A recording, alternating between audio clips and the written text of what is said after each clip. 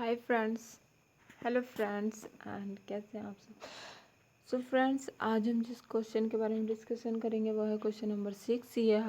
ये जो क्वेश्चन आया था वो आया था दिसंबर 2019 का क्वेश्चन है। सेल सिग्नलिंग क्या है? Unit number 4 cell signalling unit number 4 से है ये। और जो है ये जी प्रोटीन कपल्ड रिसेप्टर या GPCR जो टॉपिक होता है उस टॉपिक से है। एंड फ्रेंड्स, इसमें से पूछा इतना गया था कि ये जो चार ऑप्शन है इनमें से कौन सा जी प्रोटीन कपल्ड रिसेप्टर नहीं है।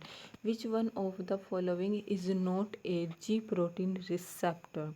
सो फ्रेंड्स, अब आपको देखना था कि ऐसा कौन सा रिसेप्टर है जो जी प्रोटीन रिसेप्टर जो है जिसमें यूज़ नहीं होता या जो है GPCR को फॉलो नहीं करता। सो इसमें ऑप्शन थे epinephrine receptor, transferrin receptor, glucagon receptor and thyroid stimulating जो हार्मोन्स रिसेप्टर।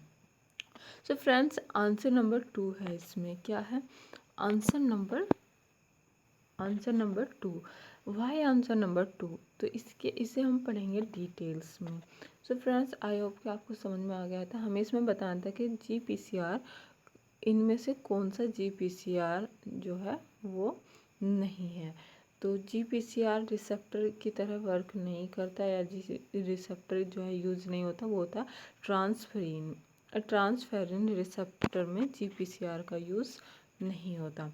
ओके फ्रेंड्स, क्यों नहीं होता? सो फ्रेंड, यहाँ पे जो है हम बात करेंगे तो GPCR, सबसे पहले तो हम बात करेंगे GPCR की। What is GPCR? तो GPCR is a largest family of the cell surface receptor. क्या होता है? सेल सरफेस रिसेप्टर की जो है ये एक लार्जेस्ट फैमिली है that transmitted signals to intercellular target via the intermediary action of guanine nucleotides binding protein called GPCR। Okay friends, तो इसमें जो है ये जो है इंट्रासेल्युलर टारगेट जो होते हैं सिग्नल्स उनके लिए होती है। एंड इसमें जो है जी प्रोटीन जिसे हम कहते हैं उसमें जो है क्या बाइंड होती है? गुआनिन न्यूक्लियोटाइड्स उससे बाइंड होता है जिसे हम जी प्रोटीन कहते हैं। ओके फ्रेंड्स, एंड ये जो नेक्स्ट जो की पॉइंट है वो है ऑल यूकैरियोट्स। ये ऑल यूकैरियोट्स में पाया जाता है। क्या होता है? ऑल यूकैरियोट्स में पाया जाता है। Receptor for many neurotransmitters, neuropeptides and peptide hormones के लिए होता है। ये कुछ हॉर्मोन्स होते हैं या कुछ लाइगेंड्स होते हैं जो इस रिसेप्टर के लिए होते हैं, GPCR के लिए। And next, they cross the lipid bilayer 7 times and are therefore called serpentine receptor as well. Okay, तो ये क्या होता है कि जो सेल मेम्ब्रेन होती है, सेल मेम्ब्रेन को 7 बार क्रॉस करता है। 1 2 ऐसे करके 7 बार क्रॉस करता है। ओके, तो इसीलिए उसको हम क्या बोलते हैं? Serpentine receptor. इसको जो है हम क्या कहेंगे? इसी वजह से सर्पेंटाइन रिसेप्टर कहेंगे। And GPCR are linked to trimeric G protein. जो हमने जी प्रोटीन का जिक्र किया था, तो वो जी प्रोटीन क्या होती है? वो ट्राइमेरिक होती है। ट्राइमेरिक क्यों कहा है? उसमें जो है क्या होते हैं? सिंपली जी प्रोटीन जो होती है उसमें क्या होता है कि जी प्रोटीन एक जी अल्फा, जी बीटा, जी गामा, ये तीन जो है उसमें क्या होती है? तीन सब यूनिट या जो है ये होती हैं ट्राइमेरिक। ये आपस में जो है बाइंड होके एक GPCR वो जी प्रोटीन बनाती हैं। ओके, जी प्रोटीन। तो जी अल्फा का जो इम्पोर्टेंट है वो किस लिए है? ये एक तो लार्जेस्ट होती है, 45 किलो डाल्टन की होती है। एंड GTPase एक्टिविटीज़ के पास होती है। क्या एक्टिविटी होती है? GTPase एक्टिविटी होती है। इंटरमीडिएट एलिमेंट जो होता है वो जी बीटा या ग्वानिन बीटा जो बीटा सब यूनिट होती है इसकी, वो क्या होती है, इंटरमीडिएट एलिमेंट होती है। 37 किलो डाल्टन की जो है इसका मोलिकुलर वेट होता है। एंड जी गामा जो होती है, जो यूनिट होती है वो क्या होती है, स्मॉलेस्ट होती है, सबसे छोटी होती है। एंड 9 KDA किलो डाल्टन का जो है इसका मोलिकुलर वेट होता है।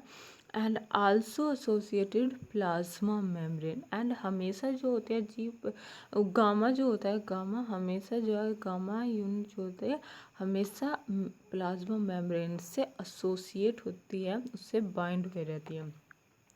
आई होप कि आपको ये समझ आ गया हो। जैसे कि यहाँ पे डायग्राम है, आप इसको बड़े केयरफुली समझना, आपको ये समझ आ जाएगा। यहाँ पे क्या हो गया, ये बाहर की तरफ है, एक्सटीरियर है, ये साइटोसोल में है, साइटोसोल के अंदर वाला जो भाग है वो है।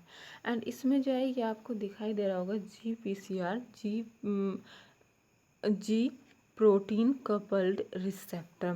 तो इसमें क्या होता है, ये 7 बार होता है। यहाँ पे एन टर्मिनल जो एमिनो एसिड होते हैं उसका एन टर्मिनल बाहर की तरफ होता है, एंड साइटोसोल में इसका सी टर्मिनल होता है, यहाँ पे ये सी टर्मिनल।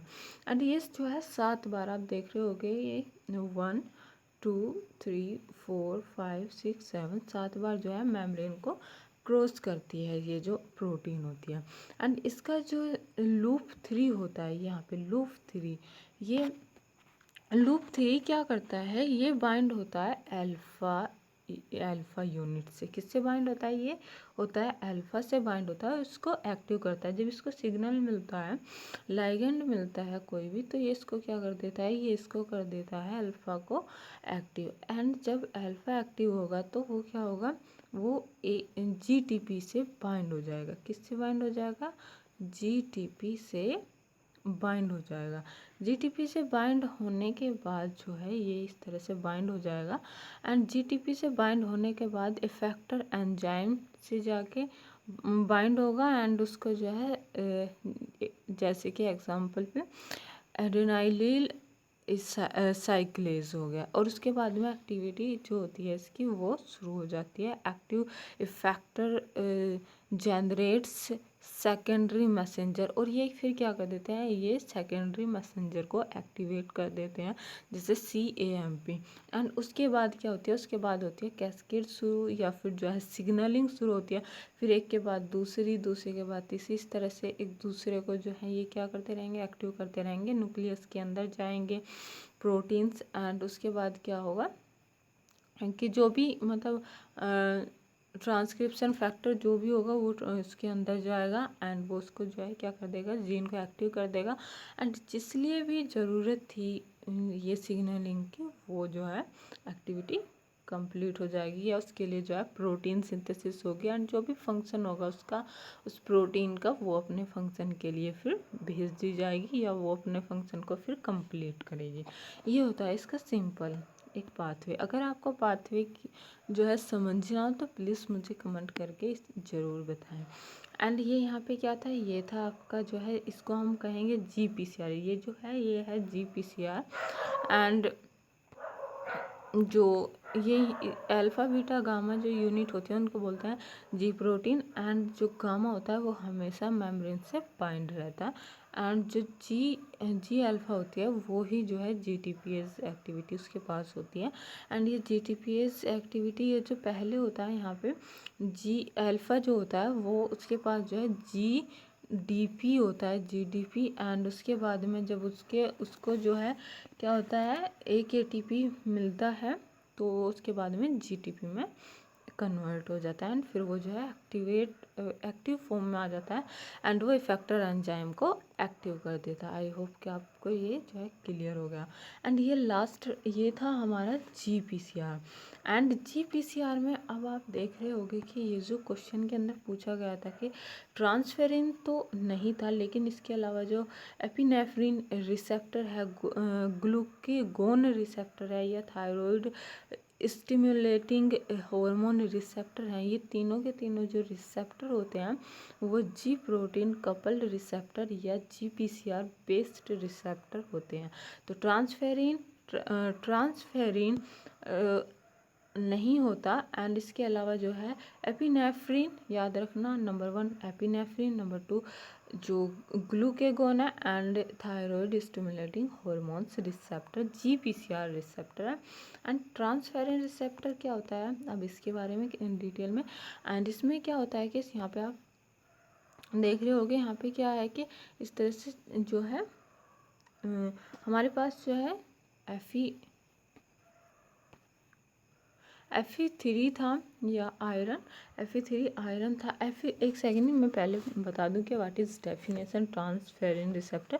तो transferrin receptor is a carrier protein for transferrin. किसके लिए होती है, ये होती है रिसेप्टर का काम होता है लाइगेंड को जो है एक्सेप्ट करना। लाइगेंड जो भी होगा, जो भी सिग्नल होगा उसको एक्सेप्ट करना रिसेप्टर का वर्क होता है। एंड ये जो है क्या करेगी, career protein for transferrin, and it is need for the import of iron into the cell and is regulate in response to intracellular iron concentration। And इसमें क्या होता है, Fe जो आयरन हुआ वो किससे बाइंड हो जाएगा, वो यहाँ पे आके डिफेरिक ट्रांसफेरिन, एंड उसके बाद में जो क्लेथरीन कोटेड पिट होगा वो बनेगी। एंड उसके अंदर क्या होगा, अंदर जो है क्या होगा, ट्रांसफेरिन होगा। इस तरह से ट्रांसफेरिन और उसको चारों तरफ से कवर करके रखेगा, क्लेथरीन कोटेड पिट जो है उसको कवर करके रखेगी। उसके बाद क्या होगा कि ये जो क्लेथरीन कोटेड पिट होगी वो तो वहाँ से हट जाएगी और ये जो है रिलीज़ हो जाएगा। ये जो है किस में रिलीज होगा, Fe3 में था, लेकिन अभी क्या होगा Fe2 में ये क्लेथरीन कोटेड इस पिट से जो है बाहर रिलीज हो जाएगा हीम फेरेटिन। एंड जो ये था हमारे पास जो वेसाइकल्स थी, एंड जो उसके अंदर जो है एपोटीएफ था वो जो है बाहर निकल जाएंगे मेम्ब्रेन से, जो सेल मेम्ब्रेन है उससे बाहर निकल जाएंगे।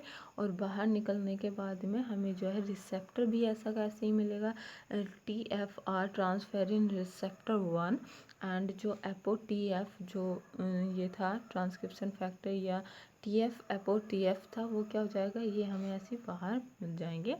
एंड जो इसका फंक्शन था Fe2 का जो फंक्शन था, Fe2 अपना फंक्शन फिर आगे जो है कंटिन्यू करेगा, उसका जो भी फंक्शन होगा वो सेल के अंदर जो है अपना फंक्शन फिर कंप्लीट करेगा। आई होप कि आपको ये वीडियो अच्छी लगी हो, समझ आई हो।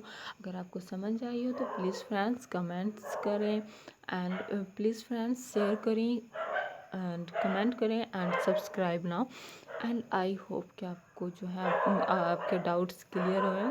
So thank you friends, and comment करके मुझे ज़रूर बताएं कि आपको किस टॉपिक पे